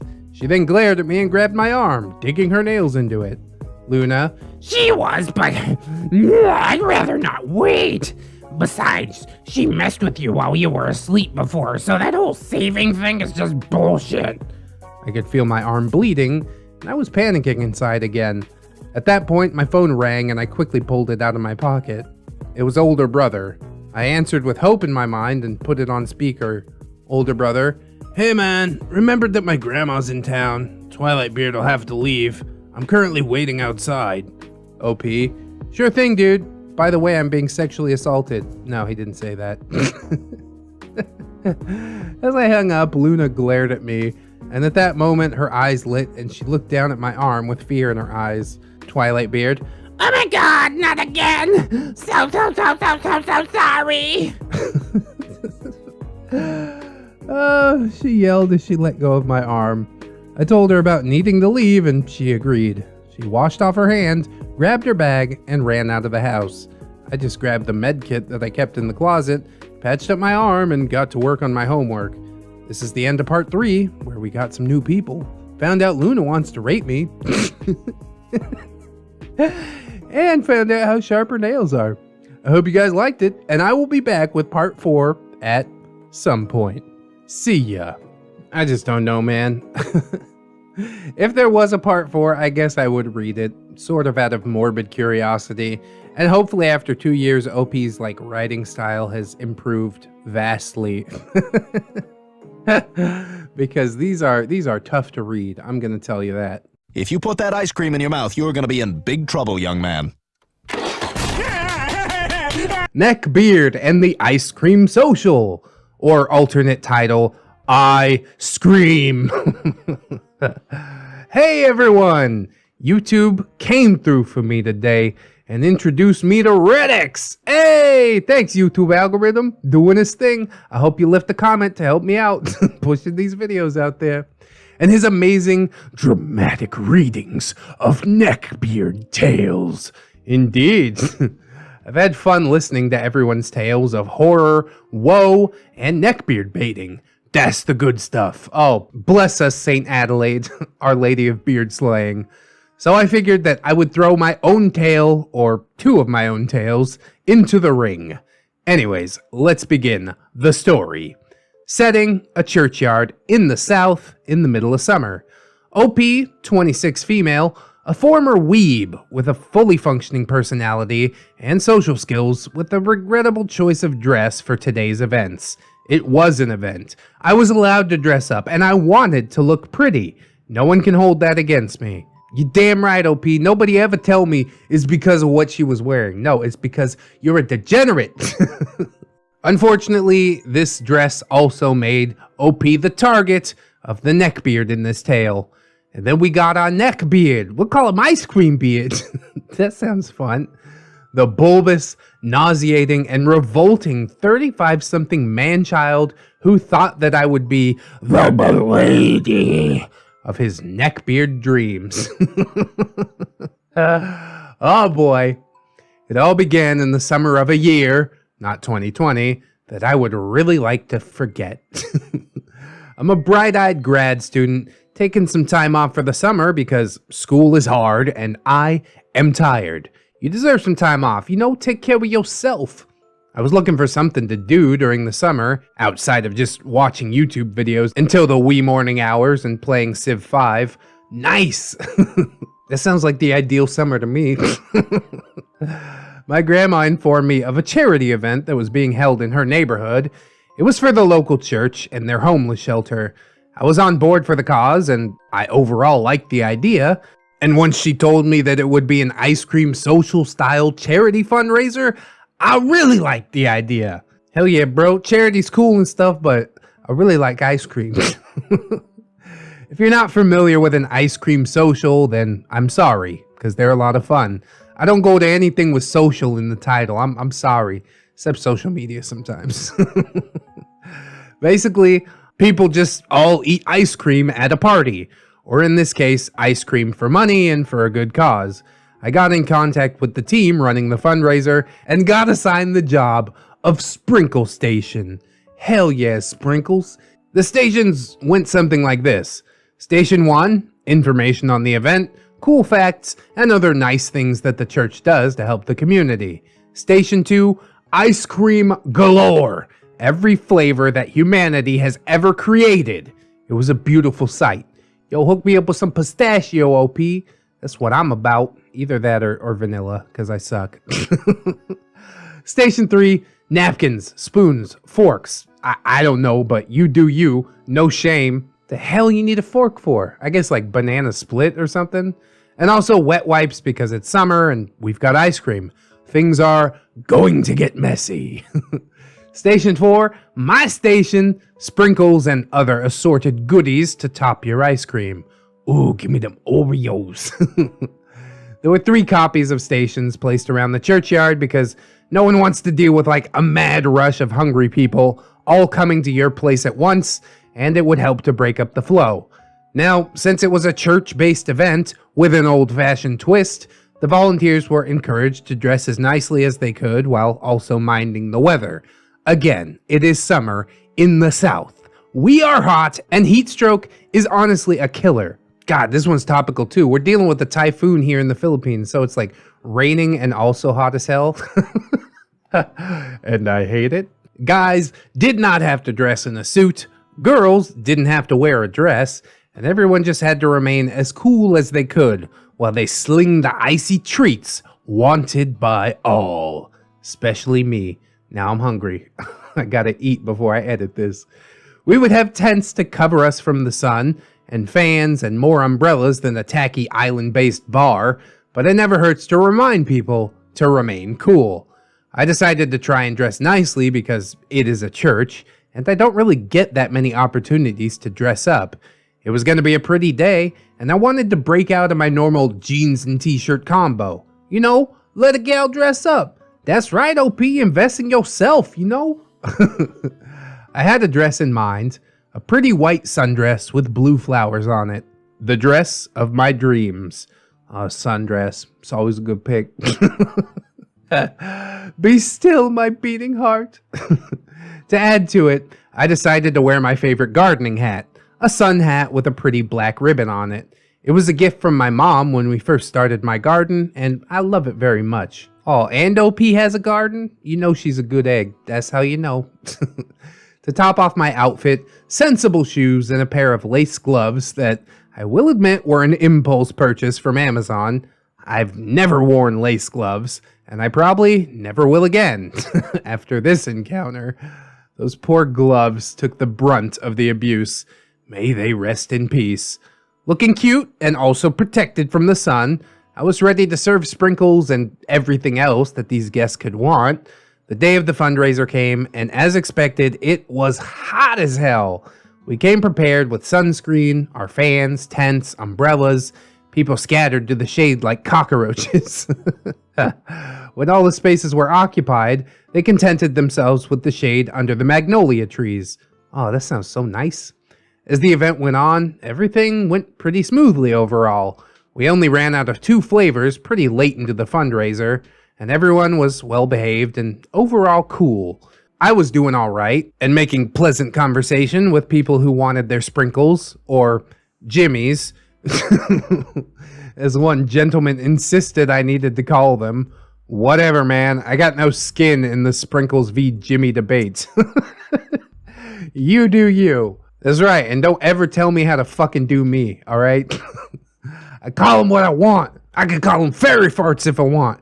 You want them to get called Jimmies, then go back 50 years and head down to the soda jerk for a malt. Fucker. That makes me so irrationally angry for some reason. Sometime around 2, maybe 3, it was then that I saw, or rather smelled him. Yes, that's right, guys, gals, and non-binary pals. Oh my god, I love that. It was our neckbeard. Ice cream beard. Granted that it was a hot day, and people did sweat. I was not prepared, though, for the assault on my senses. Imagine, if you will, oh no, here it comes. A toilet broke down in the middle of summer. Then you throw that toilet in a hoarder's house and just let it stew for 50 years. Oh, God. That's good. I think they call it jankum. The fermentation of what had to be waste or something rotting wafted in my direction. Damn you, wind. I scanned the open field where we worked, and it was then that I saw him, the neckbeard. He, unlike everyone else who wore cool or weather-friendly clothes, was dressed in sweatpants. Make sure you dress up. Oh, these are my best sweatpants. He also had boots, not uncommon for the area, but with sweatpants? Bruh. And he also had a strange black and white hoodie. I wasn't able to see it because he stood at a distance, but the second he and I locked eyes, he made a hasty, hefty beeline run towards me. Effectively cutting off anyone from the much desired sprinkles or jimmies or fairy farts, whatever you want to call them. And when my line and everyone else got a whiff of that neckbeard smell, they instantly decided that sprinkles were really overrated. And went on to greener pastures. Take me with you, you bastards. Don't leave me here alone. I'll give you sprinkles. Hope he's killing me, man. Anyways, my desperate looks at all the passers-by went unanswered, and I was left alone with Ice Cream Beard. Now that he was up close to me, I could finally see what strange hoodie he was wearing, and I held back a tiny gasp. Y'all, he was literally wearing an Ahegao hoodie to a church ice cream social. I love it. Oh, it's too good. Had I been wearing pearls, I would have clutched them. That hoodie at this place with children around? Like, fair, the kids probably, hopefully, don't know, but you never know with some of the parents or outside influences that these kids are getting. Hell yeah, dude, these kids get on the internet, watch a little bit of ReddX. They know what Ahegao is the next day. Google's right there. I'm sorry in advance, children. I was puzzled. I mean, I know what it's like to have a clothing item that makes you feel good, but I do not understand a fucking Ahegao hoodie. Regrettably, I wasn't able to hide my recognition of that damned hoodie because I was not expecting it. If you're on the internet long enough, you'll run into this horror before long. Look, here it is. Here's the sweater. If you didn't know, you know now. You're welcome. Ripping my eyes away from the foul article of clothing stretched over a bloated stomach, I focused on the face of the beard who stood in front of my station. He was severely overweight, with a pubic-like beard over his triple chin. His face was so oily that I wondered when the drilling operation would start. America gonna invade your face, bruh. Sweat came from every clogged up pore and ran down his red face like Niagara Falls. His eyes were bright as he scanned my entire body, from my face to my chest. Thank God the table was at waist height. The beard smiled and tipped his non-existent hat towards me. Milady, he said in his best I'm a gentleman voice. Sprinkles, sir? I replied, diving deep into my retail days to resurrect my best damn customer service voice. It was cold, inhuman, and did a damn fine job in repulsing many who wanted to strike up a conversation. Tragically, the neckbeard survived it unharmed. He chuckled at me. I never knew a chuckle could sound so damn greasy, but it did. What's a girl like you doing in a place like this? I'm fucking working. What's it look like I'm doing? Was the venomous phrase that was poised on my tongue, but I was bound by social standards not to be rude.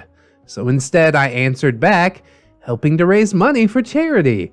If you'd like, you can go to Station 1 and pick up some great literature on our event today. No, seriously, go to Station 1. Never come back. Please go away. He, of course, did not go to Station 1. The beard parked himself on the folding chair. How that chair survived, I don't know. It did make me want to go out and buy that type of chair, though. It survived an utmost quality test. It was then that Ice Cream Beard started to pelt me with questions and other statements. Do you like anime? Did you read manga? That's a pretty dress. You should wear it more often. You look dainty, like this elf princess. Oh, God. Elf princess? I can't.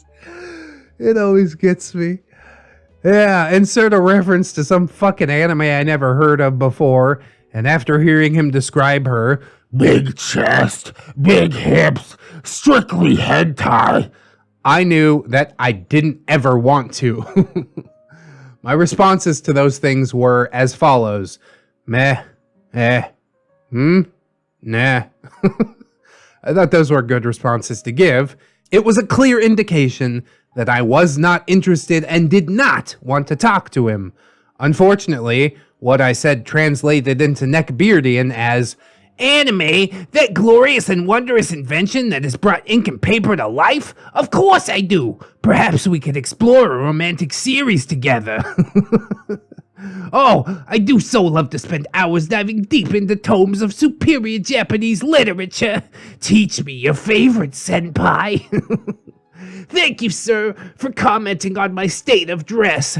I did spend hours agonizing about what to wear in the event that I would have the mere chance to be held in your gaze. I'm so pleased that my garments have met your approval, dear sir. An elf princess. There it is again. Dear sir, surely you would not compare me to thine waifu. What shall the people say of you betraying your lady love for a normie such as I? Ask me not to trod on your reputation, my love. He grinned, and I could see his plaque-encased mouth. Ugh. I was overtaken by the sudden urge to do shots of mouthwash and pour bleach directly into my eyes. I see you're a woman of culture, he spoke, in what I can only assume was his idea of a flirtatious manner. To me, it sounded vaguely like when an engine has trouble turning over in the dead of winter. That's the Neckbeard voice, all right. While I pondered how this animate tub of bad fashion choices managed to make a noise like that, this fucker grabbed my hand. He held it in his sweaty palms and attempted to kiss it. I say attempted. Beardo's idea of kissing a gal's hand was essentially to just slobber on the whole thing. I thought he was trying to eat my hand. My pretty lace gloves, they never stood a chance. Drool seeped into the delicate patterns, and I knew there was no going back. The neckbeard had marked me. I recoiled from all of it. When my senses came to, I pulled my arm back. He looked at me with a mix of confusion, longing, and a third thing that I'm not really sure what it was. Horny. All I knew was that I wanted out. I turned on my heel and completely abandoned my station. The pleas of the neckbeard, who now found himself slightly wedged in the folding chair 2 sizes too small, fell on deaf ears. I peeled off my glove and its pair and threw them into the trash. Goodbye, fair gloves. You shall be missed. A worthy sacrifice. I marched to my car, texted the event coordinator that the heat was getting to me, and that I was going home to relax. They understood. It was late in the day, and the event was almost over. The neckbeard never found me again, to my utter relief. When I went to go visit my grandma again before classes started in the fall, she spoke about some neighbor's nephew, who had met a pretty girl, who had volunteered at the event, and he was intent on asking her out.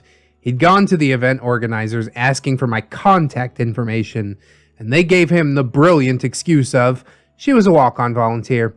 We don't know who she is. Excellent. I salute you, event organizers, whoever you are. And that is my neckbeard story. I got a couple more from my life, and if you guys want, I will totally share my tales. Oh, please, OP, the way that you write, just beautiful. Absolutely had me in stitches, and this is a nice break from like the heavier forms of cringe that we've been getting lately, so I'm definitely grateful to you. I am sorry that the gloves had to go bye-bye, you know. But that's better than accidentally, like, you know, getting your hands slobbered on. Then you gotta, like, bleach your hands, soak it in battery acid. It never turns out well. Star Wars ain't for nobody, you mouth breather.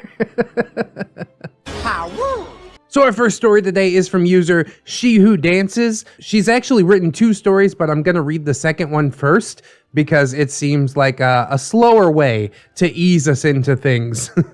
I've also seen that she's in the comments, like, patiently awaiting her turn, so today is your day! I do value your patience, and it has paid off. So we have Shipbeard, the ingenious man of infinite breath. Ingenious. Well, that's a good thing to call a beard. I guess we'll see. Gather around the pentagram, children. Your favorite succubus has once again returned to regale you with a story of her past. This one is a personal favorite, so sit down and join the fun. But first, of course, your darling's cast. OP, your darling succubus of a narrator. Mute, absolutely beautiful, if I'm allowed to toot my own horn, and apparently, quite approachable. Shipbeard, the neckbeard of our tale. Short and actually quite slim, but with very baggy clothes. Didn't take much notice of them for reasons that will soon become clear. Bro, if you're slim, why are you gonna wear baggy clothes and make people think that you're fat? Like, rock those skinny jeans if you can do it. Lord knows I can't. This took place back in 2019 at a costume party in my area.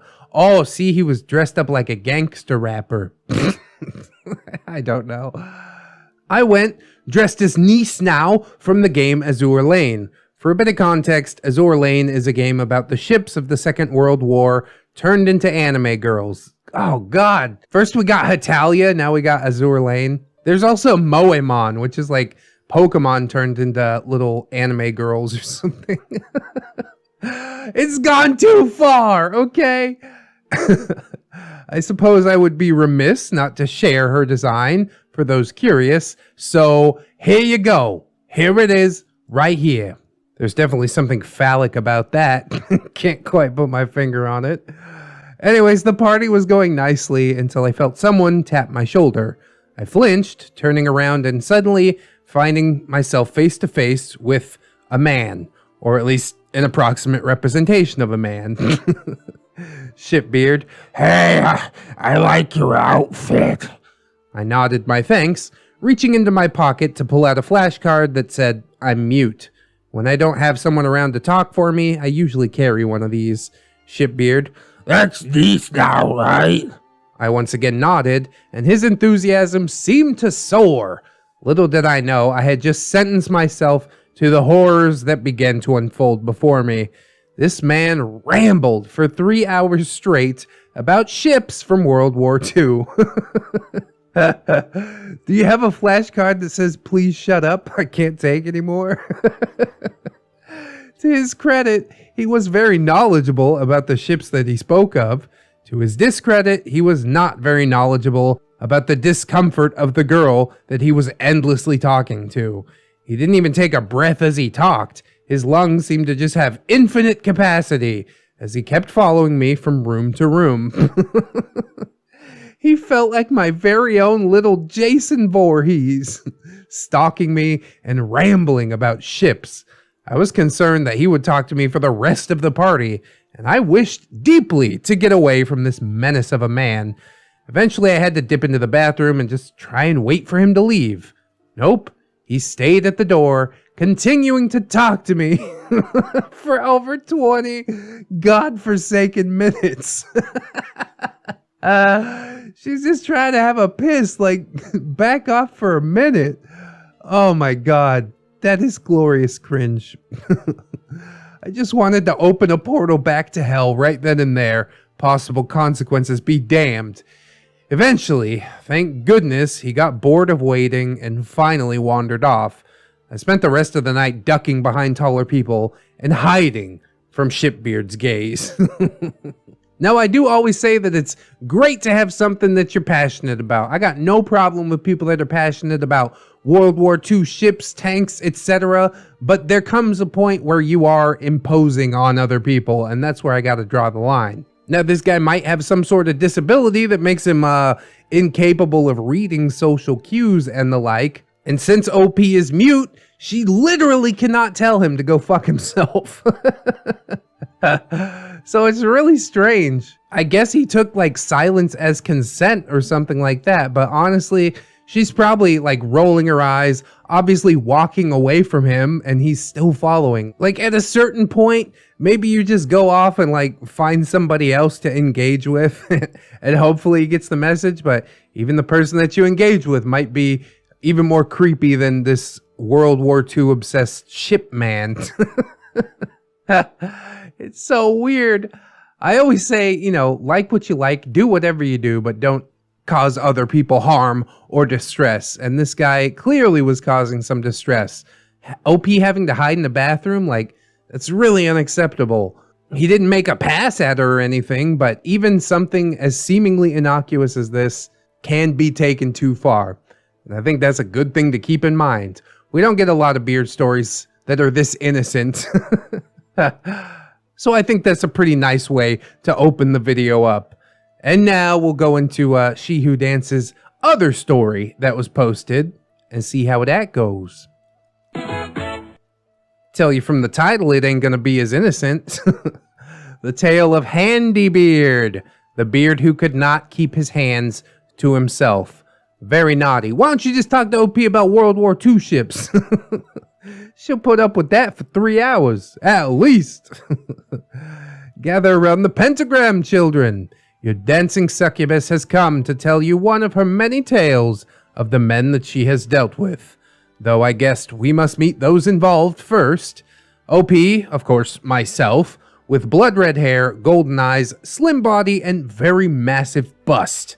I've often been compared to a succubus. I am completely mute and not into men at all. R is my closest friend, partly because we share a birthday. He's very talkative and passionate, but he has a problem with confrontation. And of course, Handy Beard. Doesn't really look much like your typical beard, but he sure smells and acts like one. Well, OP, as we like to say around here, it's the beard on the inside that counts. Go ahead and pick that t-shirt up on Teespring, thanks a lot. He wears an admittedly pretty nice fedora, but he smells like my ex's toilet most days. So since you're not into guys, your ex is, I presume, a lady. Do ladies' toilets smell? I don't really know. I get most of the blame when our toilet smells. But maybe, just maybe, it's something to ponder. Anyways, now let us descend into the infernos and begin this story. This took place around 2019 to 2020. Oh, so it's chronologically correct, even if not the post order. Sweet. A little bit before human malware shut us all inside. I mean, admittedly, I'm a homebody. I enjoyed it at first, but a year plus of it, yeah, I've had enough. I think we've all had enough. R and myself were sitting in a park as he talked about a new idea that he had. He didn't know American Sign Language all that well, so it was usually just me listening or texting him with any questions I had about what he was talking about. Eventually, a man realizes that he cannot talk forever, as much as he would wish to, and so my dear friend had to step away to get a drink of water and use the bathroom. After he ducks inside the men's room, I smell the most unpleasant odor behind me. Describe the odor, OP. Bring the foulness to me. I look around and I see something that I have never seen, even in the depths of the circle of hell that I call home. It was Handybeard. He sits next to me and just starts talking. Handybeard, I saw you with your boyfriend there. Kinda rude that he never lets you speak and just keeps rambling on about childish things, yeah? I, dear readers, took a bit of offense to that. R is always doing his best to accommodate me in my condition with his needs, so I shot this presumptuous man a death glare. Handybeard, I'm just saying, a girl like you deserves whatever a man can give you, especially with these. and with that, the freak reached out a hand and grabbed at my right breast. Jesus Christ. Just lost any and all sympathy from me. At this point, it's assault. Do whatever you want. Break his arm. All I'm gonna do is laugh. I hope he gets it. I hope he gets it real good. Slay him now, OP! Now, succubi might be known for their lustful desires, but we have standards. That's funny. Don't grab us if we don't give consent. Ever. And that goes for humans as well. What the hell is going on in your head, beardo? So my rage boiled over. According to R, who was coming back at this time, I grabbed him, still groping me, mind you, and I slammed his face into that stone-ass table that I was sitting at. Yes! He recoiled, shrieking like the damned souls that I see each day on my morning commute. Handybeard, What the hell is wrong with you, you crazy bitch? R, hey! What the hell is going on here? Handybeard, Your crazy girlfriend just broke my fucking nose. This is why you should keep her ass on a leash. R, sir, I think we should go our separate ways. What kind of response is that? You should have bashed his head onto the table again. With that, R grabbed my arm and we proceeded to book it the hell out of there. Sometimes the most bothersome demons rarely come to hell unless they have something to prove. Yep, assault's assault, like I said. Go ahead, do whatever you want at that point. He should feel lucky that he just got away with a broken nose, dude. I mean, this sort of thing is, to me, like, super outside the realm of possibility because I would never think to sit down and do something like that. But in my heart, I know there are people like this out there. You should probably just carry a switchblade, OP. But like, okay, I'm taking one of your fingers with me then. Honestly, that's probably not enough. The broken nose is also not enough. Them in combination is not enough. Because actions like this can be severely traumatic. Part of me even wants to be big mad at R for just like being like, okay, let's go. But he probably made the right move by just removing you from the situation and not escalating things any further. Although a big chunk of me really wishes that he would have. And that beard would have had it coming, let me tell you. A pair of very nice stories, OP. I do hope that you will share some more with us in the future, although I don't wish any additional beard encounters upon you, but if you've had some more in the past, then do feel free to share, and I'll be looking forward to it. But for now, let's go ahead and continue on into our third story. This is from user RemusR3, the freshest of the bunch, posted only one day ago, and it is a neckbeard tells me all about his cowgirl fetish. Yeah, I guess I could see that. It's not as common as like a teacher or a naughty nun. But I guess it is one of the stereotypical fantasies. Not that I would know anything about that. Wink, wink. So I thought I'd tell this story of my friend the Neckbeard. My friend the Neckbeard. Oh, OP. My sympathies already. Or Swordbeard, as I like to call him. So without further ado, meet our lovely cast of characters. Scar, that would be me. Not me, actually, like OP. Hi, I'm a 16-year-old girl who loves reading and is quite quiet. I'm 5'3", which is short, especially in my school, long brown hair, blue eyes, usually wearing some dark eyeshadow and eyeliner as makeup. I'm pretty skinny for my age, and I do enjoy running and dancing, so physically I am in good shape. I usually dress in a very goth and punk style, dark clothes, heavy boots, and chains. Sick.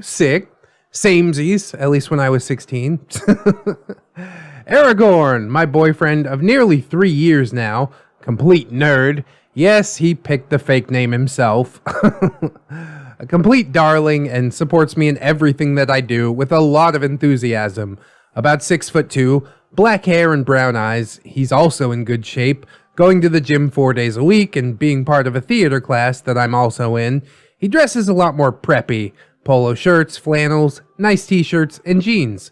Cool, same, that's about me now. What an evolution! Swordbeard is the neckbeard of our stories. I met him my first day at Aragorn and Swordbeard School. He has a lot of sexist views and is very vocal about them. Has the view of women not being able to like nerdy things like video games and movies. He should go hang out with Casino Beard. Greasy black hair that's like curtains of spiders' legs. Wow, that's evocative. And dark brown eyes. Acne galore. He is actually really skinny, like stick skinny. He's about 5'8", so he's taller than me, but shorter than Aragorn. Usually wears baggy fandom shirts and sweatpants or basketball shorts with worn out trainers for shoes. Some minor characters involve Nesta, my best friend and common sense radar. Complete extrovert, and will put a creep in his place. And also, she is Aragorn's sister. Legolas, one of my other best friends and Nesta's boyfriend of 6 years. The Fellowship. I see what you're doing there. The rest of our friend group. And now, on with the story. Our old principal loved holidays. Like, loved them. Even the smaller ones that we don't get breaks for, like Valentine's Day and Halloween. Halloween is when this story takes place. Do we really not get Halloween off? It's been way too long, I can't remember it all. I guess it makes sense because it's like, you know, nighttime funsies, but also, what are you going to do if you have school tomorrow? Go trick-or-treat and get all this candy and stay up all night? As soon as I'm president, bro, Halloween is a national holiday. Our principal did not miss a beat with Halloween. Classrooms decorated, teachers dressed in costumes. The week before Halloween, if you didn't have any work to finish, Halloween movies. Bro, they let you watch slasher flicks at school? I can't think of any other Halloween movies at the moment. They're all sort of grotesque, as Halloween is. Students on the last week before Halloween dressed in costumes as well. Most students didn't actually dress up, they just wore their own clothes. I am one of those. I mean, I like Halloween, don't get me wrong. It's the peak of autumn. Halloween decorations are all over my room constantly, and it's the time of the year that no one questions you watching strictly horror movies. Plus, haunted houses and scare mazes are always fun. Hell yeah, dude, Fright Nights at Universal Studios, bro! Ow! Can't wait to take my fam over there. Even the little ones, I'm gonna leave my kids such a mental scar. That's a joke. It's just a joke, I swear. Costumes, however, were just never my thing. I never liked them, even as a child. I had a massive fear of these mascot costumes, and I'm still slightly uncomfortable around them. So for this Halloween, I just wore the same black dress with different accessories and makeup to perpetuate the illusion of different costumes. One day I was a biker, another I was a zombie girl, another day I was a World War II girl, looking like I walked off a propaganda poster, and then a fateful cowgirl. This was my mistake. To be a cowgirl, I took the usual black dress and paired it with a red and black flannel, buttoning it up at the top and tucking the rest under me with a white belt and boots with a cheap sun hat, and I did my hair in braided pigtails. This is where Swordbeard comes in. Unfortunately, I sat next to Swordbeard in multiple classes, and he wore all black with a shitty Darth Vader mask. I hope it was the plastic one, you know, the ones that's not closed in the back, just a piece of elastic. the flimsiest mask possible. Admittedly, it meant that he could say his heavy breathing from walking 10 steps to class was just a character choice. I walked with Aragorn to class. He was dressed in all black as well, but with a jacket that I'd gotten him last Christmas that was meant to make him look like the Winter Soldier with a black bandana over his mouth. I went to sit next to Swordbeard, who was smelling of axe and misogyny. I got out my notebook to write down ideas for a book that I was writing when Swordbeard, unfortunately, began to talk. Hey, Scar. Hi, Swordbeard, I said simply. You look really pretty. Thanks. What are you meant to be? A cowgirl? I meant to be Darth Vader. You probably couldn't tell. Yeah. Obviously, I wouldn't recognize one of the most iconic sci-fi characters ever. I could tell. He just assumes because she's a woman, she ain't never seen Star Wars. That's adorable. Star Wars is for everybody, you mouth breather. Or I guess with the sequel trilogy rearing its ugly head, Star Wars ain't for nobody, you mouth breather. The teacher then was what I thought was my saving grace, telling us that we could all move to go sit with our friends. I quickly stood up and moved to sit on the desk with my friends as the teacher loaded up Saw. Saw? Come, children, let us watch Saw together. Bro, what? It was a 15, so we were fine. Doesn't somebody die in like the first few minutes of Saw? I ain't watched that many of them, but I really don't think that's appropriate for children's. Unfortunately, there were still 2 seats open. Aragorn and I were sat on one end of the desk, and opposite was Legolas and Nesta. But there was another part of the desk where 2 chairs sat next to each other, currently vacant. Until, of course, Swordbeard came to sit at the seat which was closest to me. I think my water bottle shook as he bounded over, like in Jurassic Park and shit. Then he plopped himself down. I think the Richter scale might have classified it as at least a level 8. I was still scribbling random ideas down while partially watching the movie, and I occasionally slid the notebook to Aragorn for him to check over the writing and give his opinion. Then Swordbeard opened his mouth.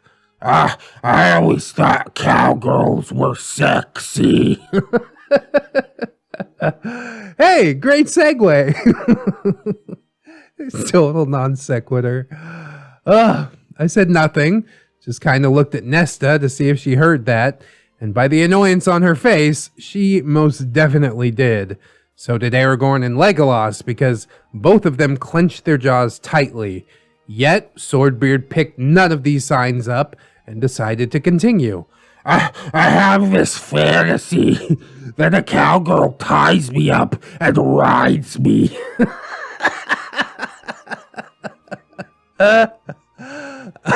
Okay, thanks for that, buddy. I don't know who the hell asked. It's like that meme format. No one. Swordbeard. Oh, God. I was still in shock. Just complete shock. I'd love for someone to do that for me. He's still going. I looked at Nesta, pleading her to shut him up, but she kept her composure until... Would you do that for me, Scar? I know you're apparently asexual, but we all know it's just a phase, and I can help you out of it. I grabbed my boyfriend's hand, scared that he might punch this tub of creepy lard, and Nesta is just generally livid. For those that might not know, asexual means you have no sexual attraction to anyone. You can have romantic feelings, but you don't want to sleep with people. I very openly identify as asexual. So yeah, not only was Swordbeard misogynistic, he was also every type of phobic that you could get. Didn't you call him your friend at the very beginning? Yes, the very first sentence. This is your friend? My friend the Neckbeard. Oh, God. You need to strip that friendship title away ASAP. This is not good.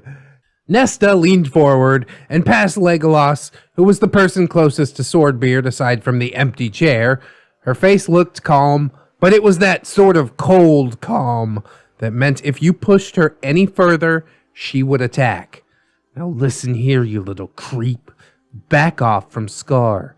She's not single, and she's also not here to fulfill your sick little fucking fantasy.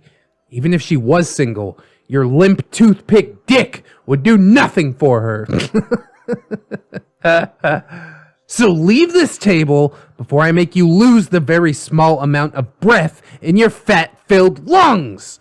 She said it calmly and extremely quiet, but the annoyance was obvious. I think I got a little loud near the end. That's just how I do anger. It's loud as shit. Bah! Swordbeard tried to defend himself. Swordbeard, if you don't leave, not only will you have Nesta on your case, but I will let go of Aragorn's arm and you'll have to deal with him, I warned. In reality, Aragorn is harmless. Nesta is really a lot scarier than he is. However, Nesta is only an inch or two taller than I am and of a similar build, so on the outside she looked a lot more helpless. Aragorn, on the other hand, looks like he could kill you with one punch. Our costumes didn't help either.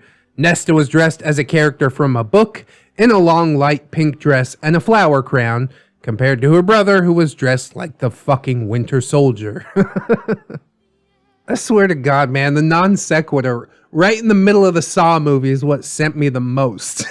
He's just like, let me tell you all about this fantasy that I got. And everybody's like, please shut up. But he ain't gonna until he's threatened with violence. Thank God all it takes is the threat of violence in order for him to stop. There are just certain things that you don't ever need to share with people unless they specifically ask. And even then, do it with quite a few reservations. You don't just want to throw this kind of stuff out there and be like, hopefully you guys are okay with this. No, dude, nobody's okay with this. This is what happens when the internet goes too far, you know? Swordbeard goes home, gets on this fetish website, sees everybody talking about getting tied up, and he's like, okay, I guess this is a socially acceptable topic of conversation. And then he brings his kink into a high school, and everybody's like, holy shit, dude. Please tell me no more. Ah, what a specimen. Absolutely glorious.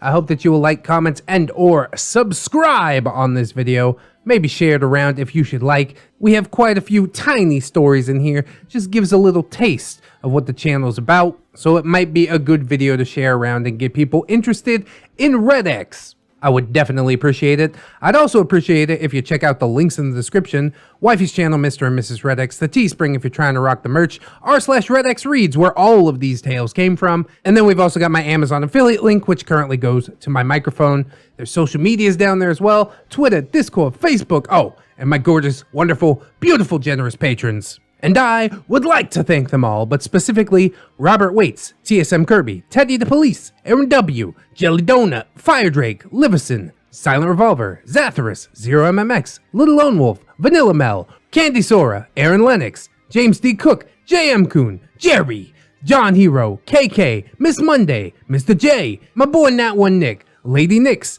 Katykins, Sidestep, Cider Drinker, Serrated Ash, Siegfried, Staples Yeet, Synaptic Boomstick, Tamago, Tato Ferret, Fusky, Redwind, Leon Embers, John Indoors, A Roxers, Cake Jerry. Remember Jerry? That's a different Jerry. Princess Rosalie, Ghosty, The Last Shinobi, and Zuka, the Maestro. We've also got a couple of new folks joining us today. Oh, it's a big one. 3 new patrons in just one day. A new record! So thanks so much to Rousdower, Straw Hat for Life, and Naga Viper. You guys are absolutely killing it with this Patreon, man. I hope you stop by the Discord. This weekend, I'm going to get in there, have one of them patron-only chats where you can get to know me a little bit better. So that should be pretty nice. Obviously, if anybody else can assist these lovely people in supporting the channel monetarily, that is absolutely massive.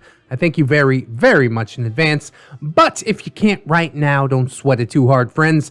I just appreciate you coming on through, hanging out with me, and I hope that you come on back and hang out with me again tomorrow. Because really, the fuse is how my beard stays so buttered.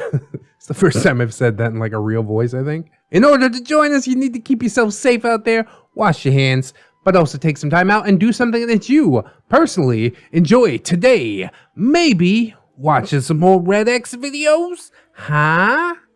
Nothing wrong with that. Always remember, friends, that you are loved, you are worthy, and you definitely, definitely deserve it. I will see you in the next one. And until then, friends, bye-bye.